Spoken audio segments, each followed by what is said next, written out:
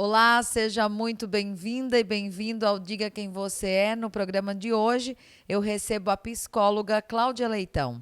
Cláudia, seja muito bem-vinda. Estou muito feliz em receber você hoje aqui. Eu que agradeço o convite, né? E o prazer é todo meu. Eu já vi em muitas postagens suas, em diversas falas também, o seu amor por patos. Você é natural daqui? Não, eu não sou natural de Patos, mas a minha família toda é de Patos. Eu cheguei em Patos, eu tinha 7 anos de idade. Eu sou natural de São Paulo, capital. E meu amor por Patos vem desde a chegada, né? Minha mãe fazia mais de 10 anos que não vinha a Patos. E aí, quando ela entra em Patos, uma emoção muito grande tomou conta dela. E ela chorava de alegria e contagiou a todos nós, né? E eu sinto essa mesma emoção cada vez que eu viajo e que eu estou entrando em Patos. E eu repito por várias vezes: Patos, te amo, Patos. Você é de uma família bem tradicional e uma família também muito grande, né? Como foi essa sua infância? A nossa infância, ela não foi muito fácil, né? É, filha de uma família pobre, né? Mas foi muito feliz, né? Eu não me recordo de ter tristeza na minha infância. E aí, quando eu comparo a infância de hoje, eu vi que a gente foi muito feliz. A gente teve a oportunidade de brincar na rua, né, de ficar até muito tarde na rua. E hoje a gente vê com tristeza que as nossas crianças não têm esse direito de estar na rua, de brincar na rua, de ser muito próxima aos vizinhos, né? Então, a minha infância foi muito boa. Nós tínhamos irmãs próximos, porque nós somos três, uma colada na outra, a diferença não chega nem a ser de ano, são de meses. E aí a gente, tudo era uma festa, né? Família grande, tudo é uma festa. Vai comemorar o aniversário, não precisa chamar ninguém de fora, não. A sala já fica repleta só com os de casa. Cláudia, quando a psicologia entra na sua vida, já era uma escolha profissional? Eu, eu sempre, o meu maior anseio era saber lidar bem com as pessoas. E eu sempre primei por isso. E aí, quando eu fui escolher o curso para a minha primeira oportunidade de vestibular, né, eu me sentei na calçada de um banco, mais minha irmã Claudete, e aí eu fui ler aquele catálogo que tinha, né, da Coperv, justamente olhando que até então não tinha me deparado. E aí eu tenho que escolher uma profissão e tem que ser agora. E aí quando eu vi na legenda, né, lida com o comportamento humano, aí eu disse é aqui que eu vou. E deu certo. A sua trajetória de vida sempre esteve ligada a essa parte de humanas, né? Você acredita que isso faz com que você tenha esse entendimento maior de saber não só das expectativas, mas em poder contribuir de forma mais positiva na vida das pessoas? Eu tenho um lema comigo que é servir e transformar a vida das pessoas com o meu fazer. Então, essa é a minha meta. Então, eu milito em diversas políticas que também têm isso. A psicologia, ela contribui muito, né, para a questão do comportamento humano, a mudança de como você encara, né? A assistência social, ela vai justamente militar na área dos direitos, né? E a política, a essência da política é o humano. Então, as políticas que eu milito, ela realmente ela é voltada para o humano. Esses trabalhos sociais, eles sempre estiveram presentes na sua vida. Você acredita que realizar isso na vida de outras pessoas traz esse entendimento maior sobre a perspectiva profissional e esse campo que você atua? Com certeza. A gente tem a oportunidade, né, com o nosso fazer, a gente despertar para a consciência. Esse é o nosso maior propósito. É despertar o ser para a consciência, né? Que nós somos seres livres, nós somos seres responsáveis, né? Pela mudança que queremos. Então, tem que partir de nós. A primeira mudança que a gente espera ver no outro tem que partir de nós. Então, militar nesse meio do direito à cidadania, do direito à democracia, do direito à liberdade, né, faz toda a diferença na minha vida. Sua família, ela tem uma história com essa cidade, desenvolve ações, né, que possibilitam o crescimento de tantas outras pessoas em diversos âmbitos. Isso é uma inspiração para você, para continuar esse trabalho de agregar na vida do outro? Com certeza. A gente espera contribuir, tem feito isso. Quando eu decidi entrar na vida política, foi com base num trabalho que a gente realizou na questão do direito à habitação. Então, é muito prazeroso a gente ver aquela família que não tem uma condição digna de habitabilidade e o poder público dá essa condição. Né?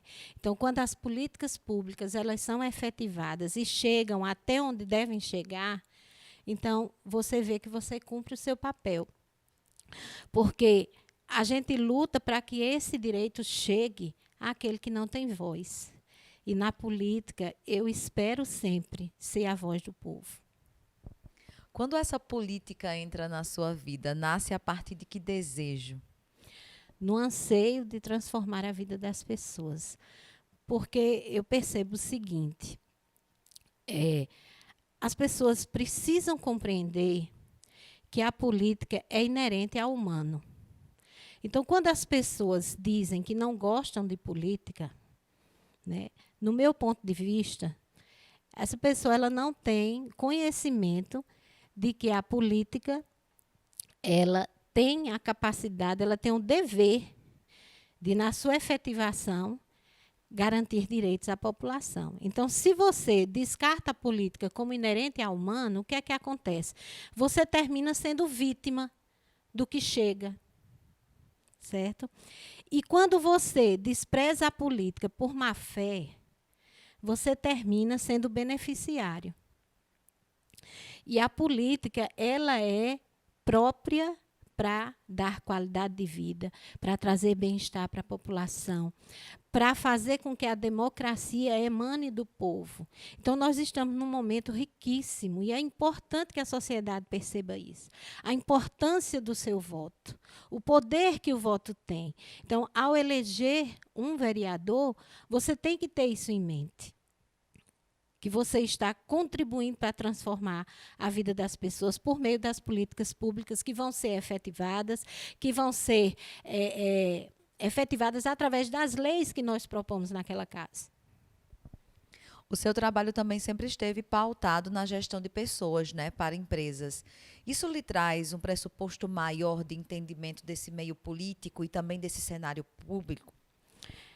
Quando a gente lida com pessoas, a gente tem percebido que as pessoas precisam desse olhar do todo, porque nós somos um todo. Embora tenhamos diversos espaços que a gente atue, mas ao final é o todo que conta. Então, gerir pessoas é você compreender o outro como um ser único, que não existe ninguém igual. E que a política pública ele deve atender a esse ser único.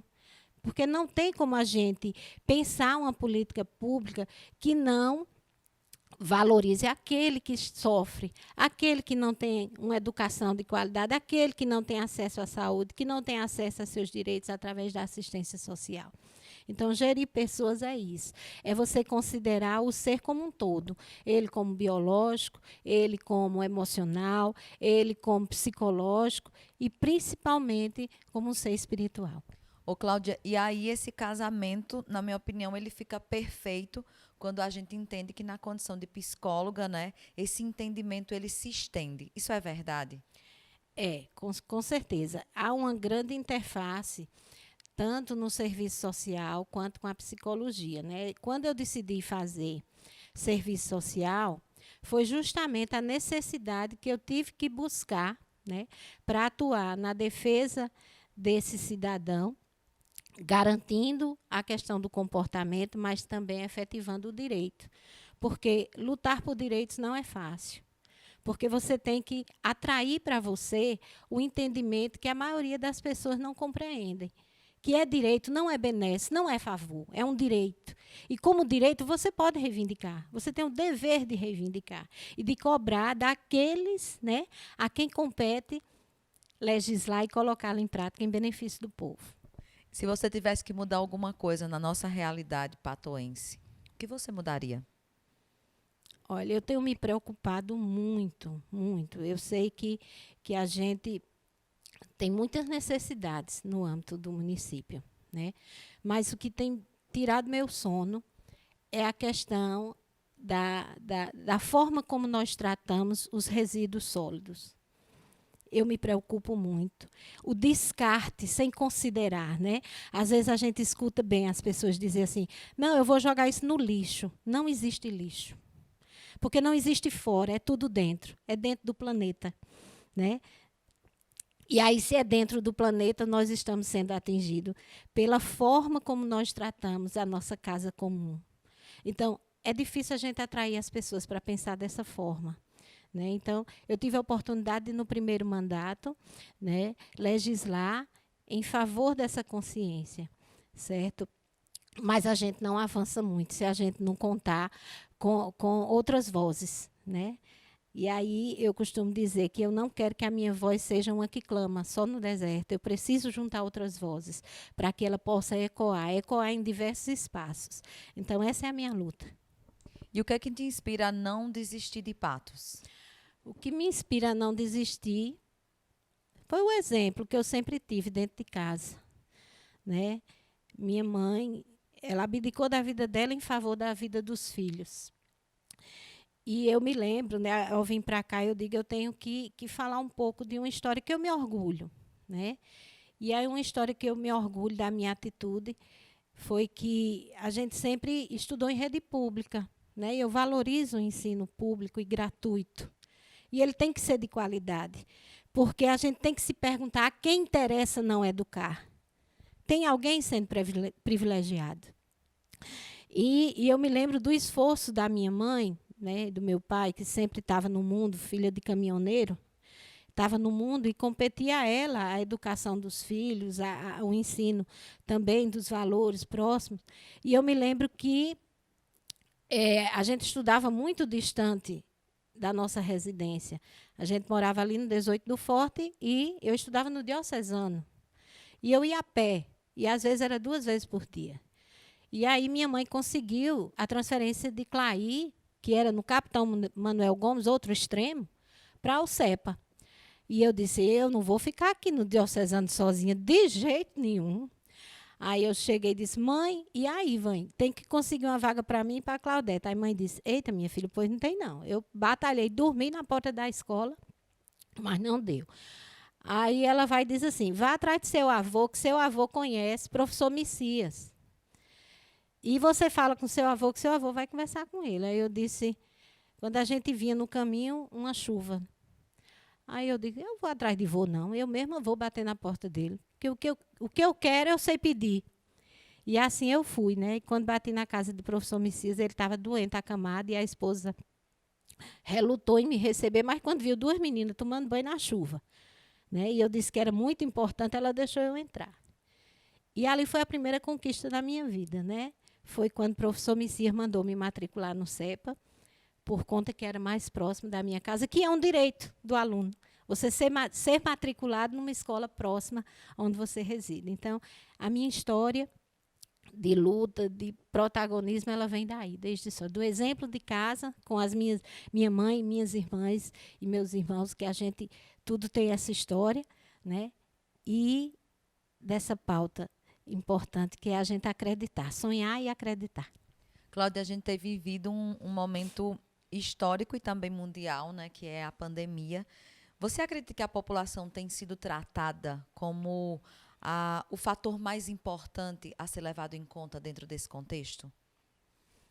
Olha, no início, a gente viu que o governo brasileiro, e aí a gente não envolve apenas o ente da União, mas a gente envolve o ente União, Estado e município, todos ficaram um pouco perdidos, né? não sabia muito o que fazer, e aí foram tentando no acerto e no erro, e houve uma grande mobilização para que a União dispusesse os recursos, porque não tem como enfrentar uma pandemia sem recursos, sem dinheiro, né? Mas eu acredito que agora que a gente está tomando, né, 6 meses passados, mais de 100 mil vidas já se foram, vidas que valem, e valem muito. Nós temos uma considerável parte da população chorando seus entes, e a gente não pode desconsiderar isso. Então, é direito do povo e dever do Estado. E o Estado ele tem que responder de forma muito rápida, porque isso é vida. Então, a gente precisa cobrar do Estado uma atuação. Não importa a federação, se é União, se é Estado, se é município, a gente tem que cobrar, né? E tem que fazer a nossa parte também. Não é só cobrar, é cobrar e fazer a nossa parte. Você é mulher, está no meio político. Acredita que essa presença é necessária para que a gente possa avançar? É indispensável. Olha, o espaço onde não tem mulher, né? Mulher para colocar a sua delicadeza, a sua poesia, o seu amor, mas também a sua firmeza, o seu caráter, o seu sentido, né? De mãe, de mulher, de esposa, Então, é imprescindível. Nós precisamos que a mulher acredite e que tome posse daquele espaço que é seu. E não permita que ninguém roube. Quais são os valores, na sua opinião, necessários para os políticos, para aqueles que querem representar o povo? Primeiro, respeito à democracia. Precisa. Ter em mente que você está ali para ser representante do povo e que tem que lutar pelos direitos de toda uma cidade. Que você tem amor pelo que faz, porque se você não tem amor, você não suporta, você desiste rápido. E aí, quando você tem amor pelo que faz, amor pelas pessoas, você consegue suportar tudo, né?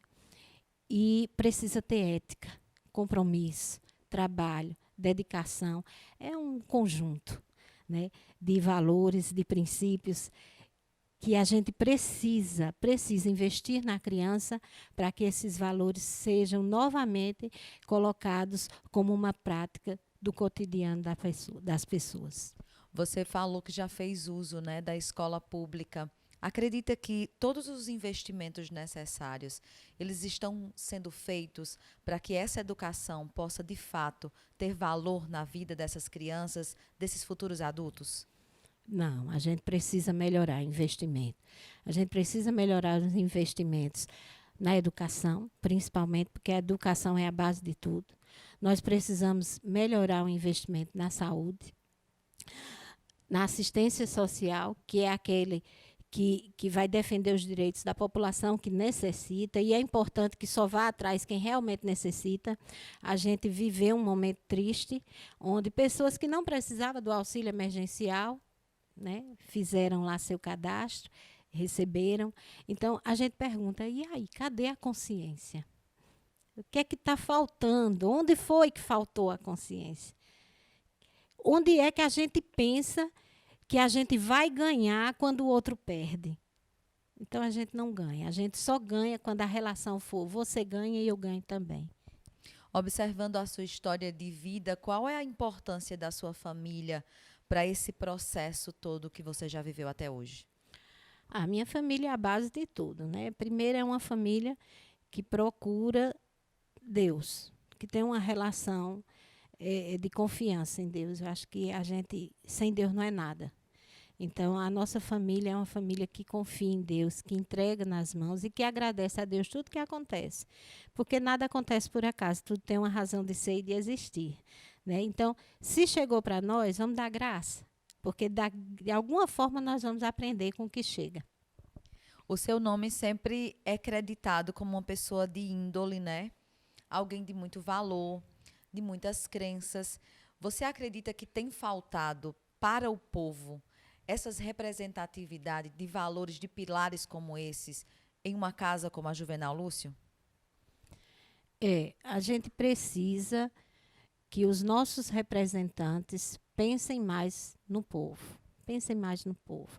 E que, ao legislar, eles Pensem em como efetivar políticas públicas que tragam uma vida equânime, uma vida mais digna, porque a Constituição diz que nós temos vários direitos, né? Nós temos direito à saúde, à educação, à habitação, um salário digno que custeie o lazer, o esporte, e a gente sabe que nós não temos isso, né? Então, todos precisam ter, não apenas uma parcela, 5% da população que precisa ter isso. Não, nós temos que garantir isso para 100% da população. Eu não posso ter o meu direito e achar bom. Eu tenho que saber que quando eu tenho o meu direito, o outro precisa ter também. Cláudia, esse tempo que você passou longe da política, né, enquanto ex-vereadora, te deu esse suporte para que você entendesse muito mais esse contexto atual, tudo que a gente tem necessitado, para que essa representação ela venha carregada de mais conhecimento, de mais expertise, de mais foco? Eu gosto muito de estudar, né? Eu sou um eterno aprendiz. Então, eu tenho me preparado bastante para ser representante do povo. Bastante mesmo. Porque, às vezes, a gente escolhe algumas áreas em que a gente vai atuar com maior representatividade, com maior foco. Mas a gente sabe que a nossa proposta ela deve ser por Patos. Porque Patos tem muitos desafios. E o vereador que foi eleito, ele tem que considerar Patos como um todo. A gente não pode considerar um determinado bairro. A gente tem que considerar Patos como uma cidade de mais de 100 mil habitantes. E efetivar direito e trazer qualidade de vida para 100 mil habitantes é um desafio enorme. Então, todos têm que pensar em quem eu vou eleger para colocar naquela casa para dar conta desse grande desafio. Você foi uma jovem muito proativa, né? A juventude te trouxe esse desejo de fazer sempre mais. E acredita que os jovens precisam ser olhados com mais apuro, com mais afinco? Com certeza. Eu atribuo que o nosso olhar tem que se voltar para a criança, né? Para a juventude e para os idosos, né? Não desmerecendo a nossa luta das mulheres, essa daí nunca vai acabar. Mas para a criança, porque está começando, a gente tem que dar o suporte para ele estar fazer o alicerce. Porque um alicerce bem feito suporta quase tudo, né? E aí a gente precisa investir no jovem. Essa nova geração da juventude, eu acredito que a gente falhou um pouco, porque a gente não preparou a juventude para se frustrar. E aí a juventude, às vezes, quer que os adultos façam a parte que é dele. Mas é um povo que tem coragem, é um povo que tem vontade de mudar o mundo, e a gente tem que se pegar nisso. Tem que se pegar nessa vontade, nessa motivação que eles têm. E a gente que já passou um pouquinho, né? A gente tem que pegar essa energia deles para trazer para nós, justamente para dar esse impulso para a luta. Então, o jovem, ele precisa de saúde, ele precisa de educação, ele precisa de qualificação profissional, ele precisa da primeira oportunidade de emprego. Mas para que ele chegue lá na primeira oportunidade de emprego, ele tem que primeiro ter tido uma educação de qualidade. Então, o jovem precisa realmente de um olhar todo especial. Eu fico muito feliz com a sua fala sobre ser um eterno estudante, né? E quando nós falamos dessa coisa de representar o povo, eu entendo que essa representação precisa ter conhecimento. Muitas vezes conhecimento específico, para que ela possa atuar de forma perene, ímpar, né? E assídua junto a esse povo. Você defende a ideia de que as pessoas que estão também pleiteando esses cargos, essas representações, elas tenham esse entendimento, esse conhecimento, é importante? Tem que ter. Tem que ter o conhecimento, porque a gente vai se deparar com todo tipo de assunto. E você tem que dominar um pouco de tudo. Você vai lidar com orçamento público, com o dinheiro que vai fazer valer a vida das pessoas. E aí, se você não entende orçamento? Se você coloca no orçamento maior investimento em publicidade, tudo bem, a publicidade é necessária? É. Mas se você comparar publicidade e saúde, a gente tem que voltar um pouco mais para a saúde. Então, se você não entende de orçamento, do jeito que o orçamento chegar, você engole e aprova. E ele tem que ser discutido. E ele tem que ser proposto em audiência pública. Só que a população precisa participar mais. Quando eu estava naquela casa, eu sentia falta do povo. Às vezes a gente chamava para a audiência para debater um assunto importantíssimo e aí você contava 3, 4 pessoas. Então, o legislador precisa da participação desse povo. Nós somos seus representantes, mas a gente precisa que você esteja lá, nos apoiando, para nos dar força para essa luta. Porque o embate é grande. Cada cabeça um mundo, e aí você conquistar, atrair 17 para pensar que a sua defesa é positiva, ela é válida, e ela vai beneficiar uma população inteira, aí você precisa ter um apoio muito grande. Ô, Cláudia, qual é o recado que você daria para a população de Patos, para que ela se sentisse mais sensível, mas também responsabilizada por esse futuro que está muito próximo, né? Com certeza. A gente vem amargando, né, uma grande dificuldade, Patos, como uma referência de inaptidão na gestão. Né? Em tão pouco tempo, a gente passou por praticamente 5, né, prefeitos. Então, a gente não pode mais lidar ou votar no amadorismo. Nós temos que ser profissional. A gente tem que saber fazer as nossas escolhas. Porque se a gente fizer uma escolha errada, são 4 anos que nós vamos amargar de atraso, né, de perda para a população. E aí o recado que eu dou é: pense, consulte, veja as propostas, analise o que o candidato já fez, se já teve a oportunidade de ser um representante do povo, o que foi que ele fez? Se você achar que ele merece voltar, dê o voto de confiança. E se for novo, vá analisar a luta que ele empleitou. Porque se você não fizer esse estudo, né, talvez você vote errado. Cláudia Leitão, diga quem você é. Primeiro, eu sou uma mulher que tem orgulho de quem sou. Porque cheguei aqui não foi fácil, foi muita luta. Né? Eu trabalhei muito cedo, comecei a trabalhar muito cedo. Né? E sou empreendedora, acredito na força da mulher, acredito que a gente precisa conquistar o nosso espaço. Né? Sou coração, me sensibilizo com muita facilidade com as pessoas, sou família. Né? Eu sou simples, humilde. Eu me vejo assim, uma pessoa simples, humilde, mas com determinação, com força para lutar, com garra para transformar o mundo a partir de mim. Eu estou muito feliz com essa conversa. Eu acredito que nós, na condição de mulheres, a gente se inspira umas nas outras e isso é muito bom, né? Verdade. Então, muito obrigada por ter vindo hoje aqui no nosso Diga, contar um pouco do que você é e também do que você ainda será. Com certeza. Então, assim, eu que agradeço, fico muito feliz por participar do Diga Quem Você É. E aí, a gente precisa praticar a sororidade. A gente tem que se aliar. Né? É a força da coletividade feminina que vai transformar a nossa cidade. E a minha luta é por direitos. E aí eu preciso que vocês se envolvam, né? E venham lutar comigo. Então, obrigada. Pois é, no programa de hoje nós conhecemos o perfil, a história da Cláudia Leitão. Nós temos um novo encontro em breve e claro que eu espero por você. Um cheiro dessa nega. Até lá.